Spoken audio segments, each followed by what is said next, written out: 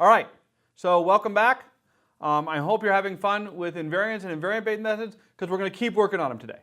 And today what we're going to do is we're going to talk a little bit about what we did, and then we're going to go into some more detail on some other methods and some variations on the Clich-and-Lotz model we saw last time. So I recall that I4 is the stretch of in the fiber direction, or in the direction n. Right? It's normally going to be a fiber direction. And so we're going to use that.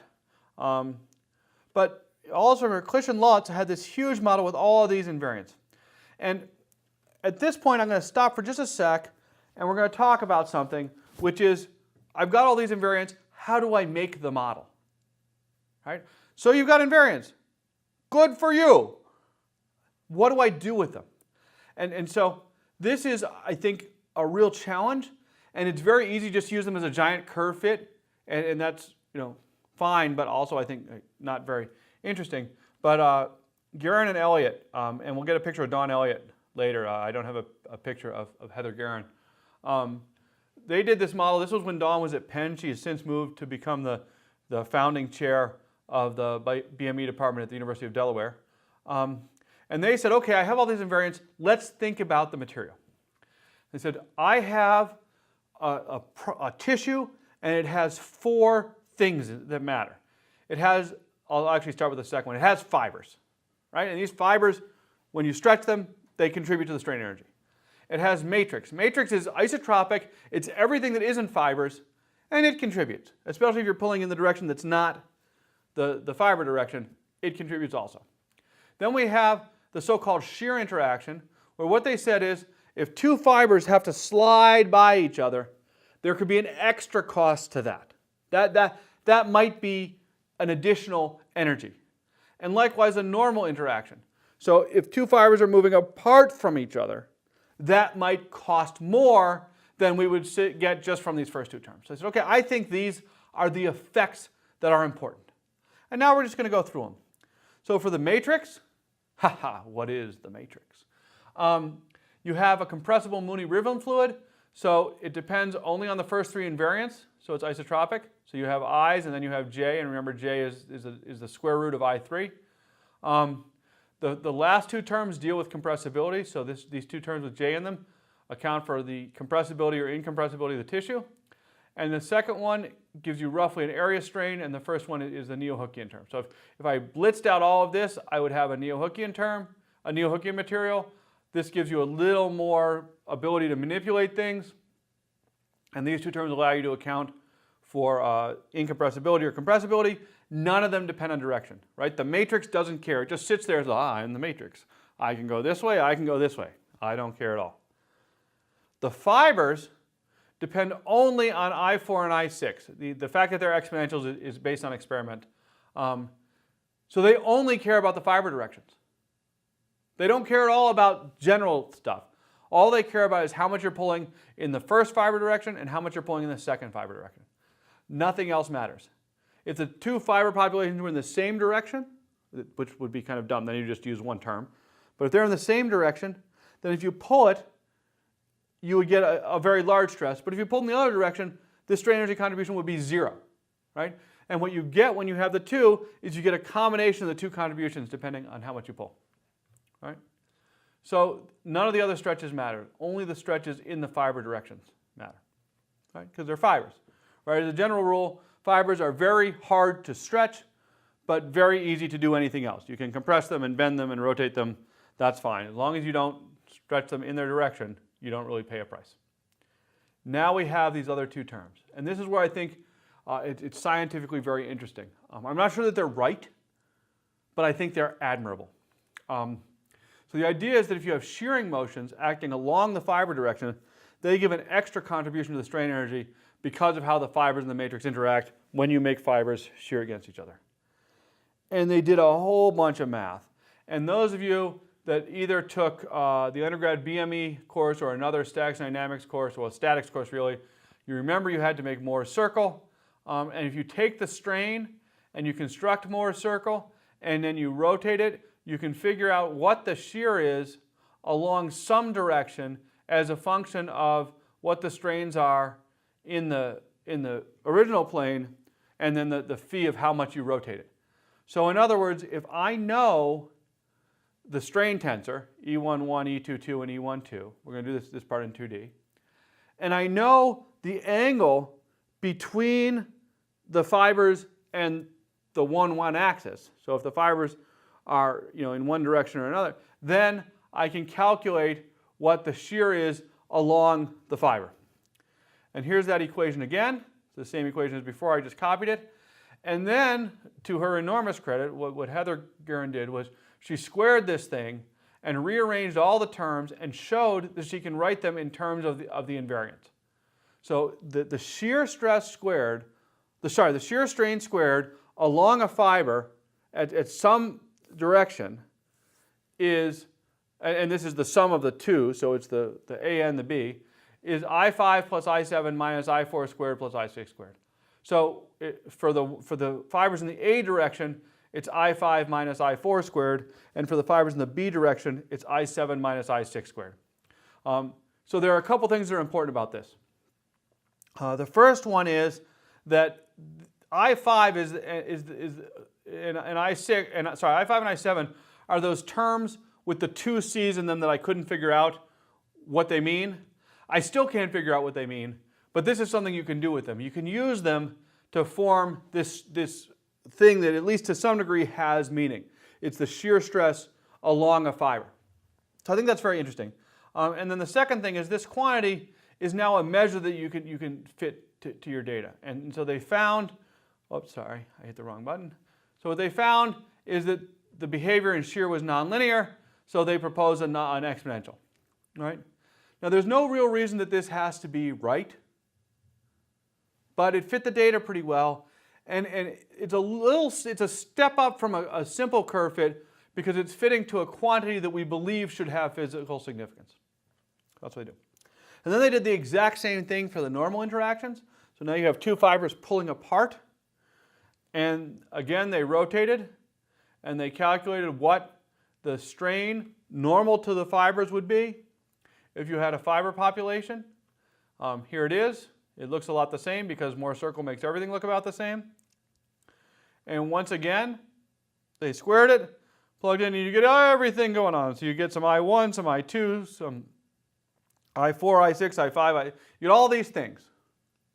And they said, okay, this is what it is.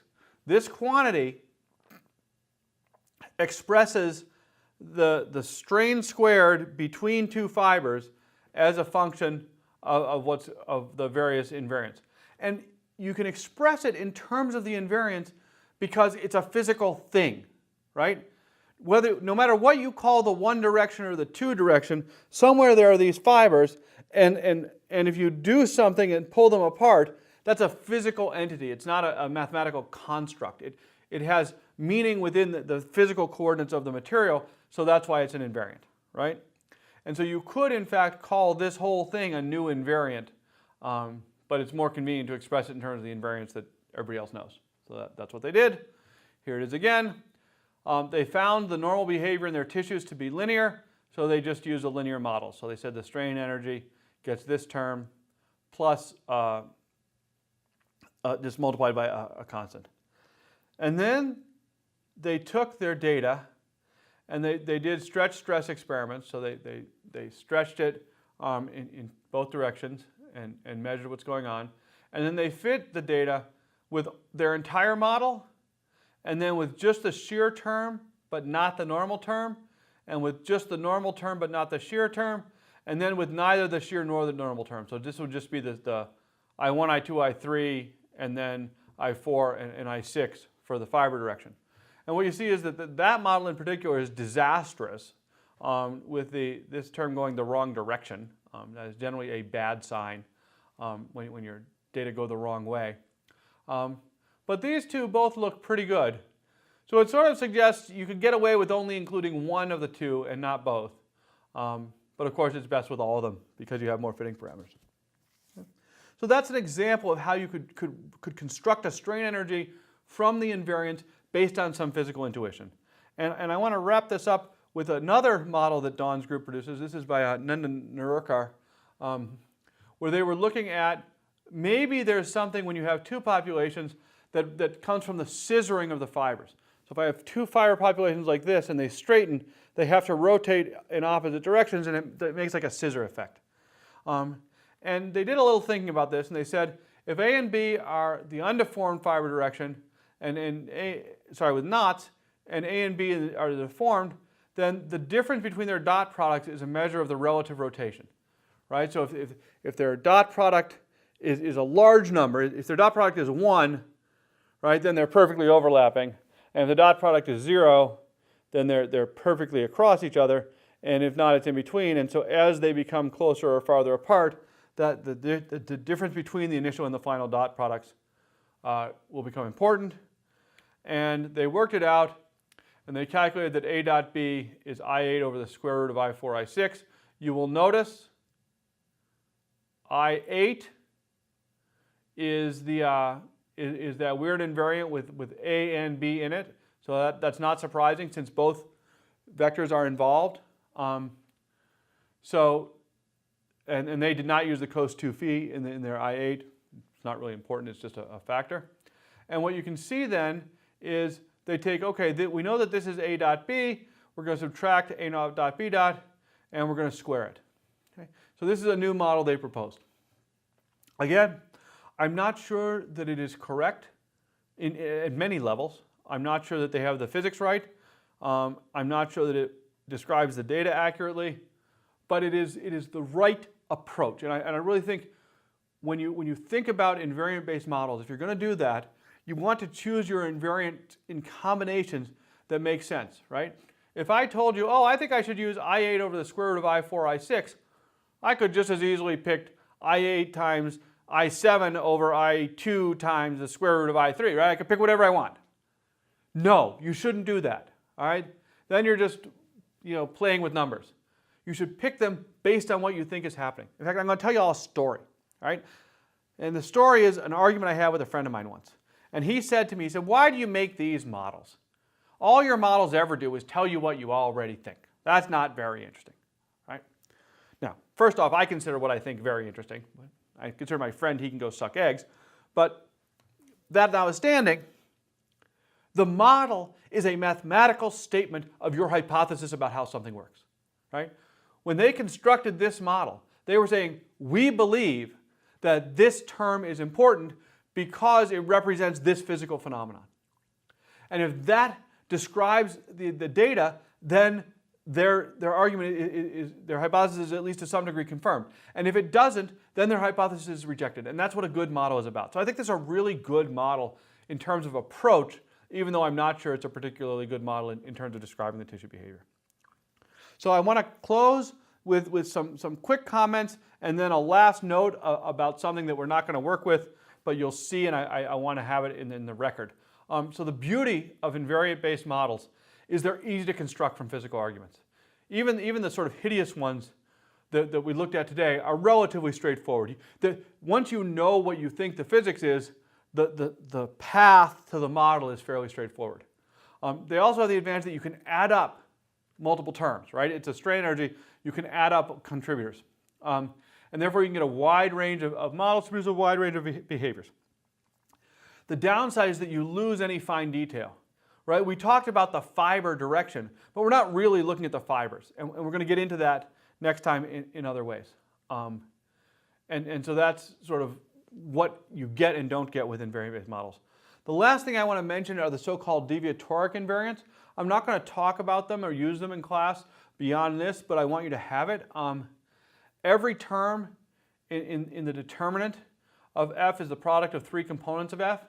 So if the determinant of f is j, then the determinant of f of j to the minus 1/3 f is equal to 1. Right? So by definition, because we're going to multiply every term 3 times, it's the minus cube root, so we're going to end up with 1. And likewise, j to the minus 2/3 c must have a determinant of 1. And sometimes it's convenient to, instead of expressing w in terms of j and the invariance of c, and then the other invariance of c, to express it in terms of j and the invariance of j to the minus 2/3 c. What this does is it makes a stronger separation between compressibility, incompressibility, and everything else. And from a sort of computational standpoint, particularly if things are close to incompressible, these can just turn out to be easier to work with. And then you have your J term, which is isolated. So from a numerical standpoint, it becomes more attractive. I want you to have this slide so that when you read a paper and it talks about deviatoric invariance, you're not like, what's that? For the purpose of this class, we don't need it. I just want you to know about it. That's all I have. You're going to play with invariance a little more, and then you're going to come back and watch me play with invariance, and then I'll see you in class. Bye-bye. All right, so we're going to try to use the Elliott model, and we're going to set up some fibers, and we're just going to sort of see what happens, right? So we're going to put them at plus or minus 30 degrees. So plus 30 degrees, A is square root of 3 over 2, 1/2, 0. And at minus 30 degrees, B is square root of 3 over 2 minus 1/2, 0. So if I drew the x-axis, one would go up 30 degrees, one the other will go down 30 degrees. And the angle between them is 60 degrees, so 2 phi equals 60 degrees, which implies that cos of 2 phi equals 1/2. All right, so that's the first part of the problem, is just setting up the vectors and the terms. Okay, so now we're going to say we want to calculate I8, where C equals 2.5625, 0.80, 0.8, 0.64, 0, 0, 0, 1. And I'll just stop for a second and talk about this C. You notice these zeros here and this 1 here tell us that nothing is happening in the x3 direction. So it's all in one plane. It's getting longer in this direction, and it's getting shorter in this direction. And if we were to calculate the determinant of C, it would turn out to be 1. So this is a volume-preserving deformation. But it's being stretched significantly longer in the 1 direction. It's getting shorter in the 2 direction. All right. So now we're going to try to take this, and we're going to calculate I8. We have A, we have B, we have 2 phi. So I8 is Cij Ai Bj cos of 2 phi, right? And there are only 5 terms that are not 0 in C. So this is C11, A1, B1. And I'm just going to factor that thing out and bring it in at the end. So I'll just call this I8 over cos 2 phi. So I don't have to worry about the cos 2 phi anymore. Plus C12, A1, B2, plus C21, A2, B1, plus C22, A2, B2, plus C33, A3, B3. So those are all the terms that are not 0, so I know I can't have anything else, all right? And now I can say, well, I know that this term is 0 because A3 and B3 are in fact both 0. I'll change colors, make myself fancy. Because A3 equals B3 equals 0, right? And A1 and A2 and B1 and B2 are not 0. So these 4 terms are not 0. But I do notice that A2 and B2 are opposites of each other. So if I take A1 times B2, that's square root of 3 over 2 times minus 1/2. So it's square root of 3 over minus 4. And A2 times B1 is square root of 2, is 1/2 times square root of 3 over 2. So these two terms are equal and opposite in the A's and the B's, and the C's are the same. So these two terms add to 0. I went through that a little fast, but I hope you can see it, and if not, you can just work it out. You'll see that these two terms are exactly the same. So once we've eliminated that, we only have the 2 terms left. Now I'll bring my cos 2 phi back to the other side. It's just 1/2 times 2.5625 times A1 times B1, which is 3/4, plus C22, which is 0.64, times A2 times B2, which is minus 1/4. And I'll just sneak over here. I'll erase a little bit.